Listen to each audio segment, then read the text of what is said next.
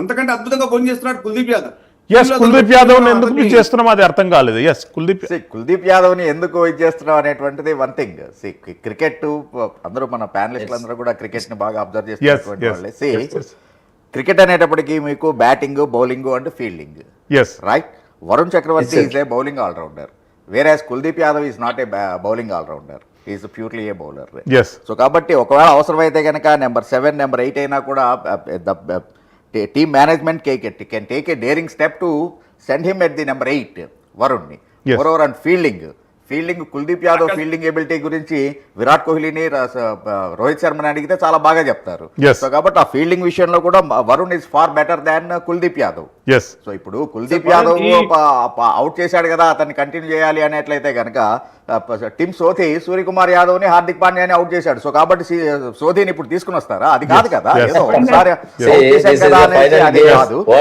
కాబట్టి ఆ మూడు విభాగాల్లో కుల్దీప్ యాదవ్ ఒక విభాగంలోనే ఉంటే కనుక మూడు విభాగాల్లోనూ కూడా జస్టిఫై చేయగలిగినటువంటి దాని. మోరోవర్ వరుణ్ చక్రవర్తి మీద ఇంత డిబేట్ ఎందుకు జరుగుతుందో, అతన్ని ఎందుకు డ్రాప్ చేయాలని అంత ఇదిగా వస్తుందో నాకు అయితే అర్థం కావట్లేదు. కానీ వరుణ్ చక్రవర్తి తీసినటువంటి ఒకటే వికెట్ కావచ్చు కాక అది మ్యాచ్ టర్నింగ్ పాయింట్ అవుతుంది.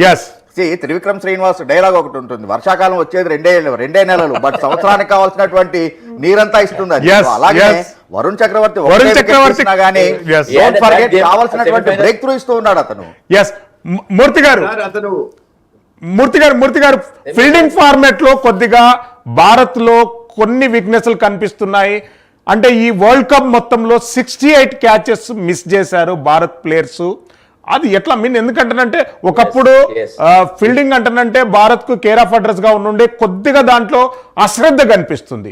దాంట్లో ఓవర్కమ్ కావాలంటే ఏం suggestions? Not only India, in this world cup every team has dropped catches, not only India.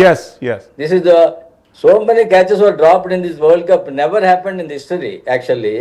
So India is not up to the mark in fielding in this world cup, that much that మనం ఒప్పుకోవాలి. Then how to overcome the problem? This day is different, and final game we are more experienced than New Zealand in playing finals. So మనం చాలా finals ఆడాం కనుక that definitely that pressure is on New Zealand. India will definitely do well today, and we will create history by repeating, and in the as a defending champion not happen, no. Defending champion never won, so we are going to make history today. Kiran గారు, మీరు ఎలాంటి అంటే fielding గురించి ఎలాంటి suggestions ఇస్తారు? మీరు coach గా training ఇస్తున్నారు ఆంధ్ర క్రికెట్ అసోసియేషన్ నుండి, ఫీల్డింగ్ గురించి ఎలాంటి సజెషన్స్ ఇస్తారు? ఫీల్డింగ్ చేస్తున్నప్పుడు నేను విద్యార్థులు కావచ్చు, మా యాచ క్రికెటర్ గా నేను కూడా గ్రౌండ్ లో ఉన్నప్పుడు ఎప్పుడైతే నేను ఫ్రీ అవుతాను, ప్రతి బాల్ నాకు రావాలి అనే ఎంతేజం ఉండాలి. ఈ బాల్ నాకు కొడితే బాగుండు అని ఇంట్రెస్ట్ మనలో కలిగినప్పుడు ప్రతి బాల్ మనం అటెన్షన్ లో ఉంటాం. అటెన్షన్ లో ఉన్నప్పుడు ఫుల్ ఫ్రీ మైండ్ తో ఉంటాము, టెన్షన్ పడకుండా ఎలాంటి బంతినైనా మనము గెస్ చేసి అవలీలుగా తీసుకొని పట్టగలుగుతాం. మనం ఎక్కడన్నా పరధ్యానంలో ఉన్నప్పుడు లేకపోతే టెన్షన్ పడినప్పుడు మాత్రమే మిస్ఫీల్డింగ్లు కానీ క్యాచ్లు డ్రాప్లు అయిపోవడం కానీ జరుగుతూ ఉంటాయి. కానీ ఈ రోజు అయితే అలాంటి టెన్షన్లు అలాంటివి ఏమి ఉండవు. కాబట్టి ఆల్రెడీ ఆ డిస్కషన్లు అన్ని చేసుకుంటారు, గతంలో చేసిన తప్పులు ఏవైతే ఉన్నాయో. మీరు అన్నట్టు ఇండియాని హైయెస్ట్ క్యాచ్లు డ్రాప్లు ఈ టోర్నమెంట్ లో ఇండియన్ టీమే ఎక్కువ డ్రాపులు చేసింది. కానీ ఫైనల్ కి వచ్చేసరికి మనకు ఖచ్చితంగా దాన్ని రెక్టిఫై చేసుకొని అందరూ చాలా ఖచ్చితంగా నేను కనపడాలి అంటే నేను ఈ మ్యాచ్ లో ఇన్వాల్వ్, నా 100% కావాలి అనే మైండ్ సెట్ తో కనపడుతున్నారు, మనం చూస్తూ ఉన్నాం. కాబట్టి ఖచ్చితంగా ఈ రోజు మనం మిస్ఫీల్డ్ జరుగుతుంది, క్యాచ్ డ్రాప్ జరుగుతుంది అనేది మనం ఊహించనక్కర్లేదండి. ప్రతి క్యాచ్ మనం తీసుకుంటాం, ప్రతి ఫీల్డింగ్ అద్భుతంగా చేస్తాం. మనకు మారింది, మైండ్ సెట్ మారింది ఫీల్డర్ మన ప్లేయర్స్ అందరికీ కూడా ఈజీనెస్ కనపడుతోంది. కిరణ్ గారు బీసీసీఐ దేశవ్యాప్తంగా కూడా ప్రత్యేక స్క్రీన్లు ఏర్పాటు చేసింది, స్పెషల్ మ్యాచ్ లైవ్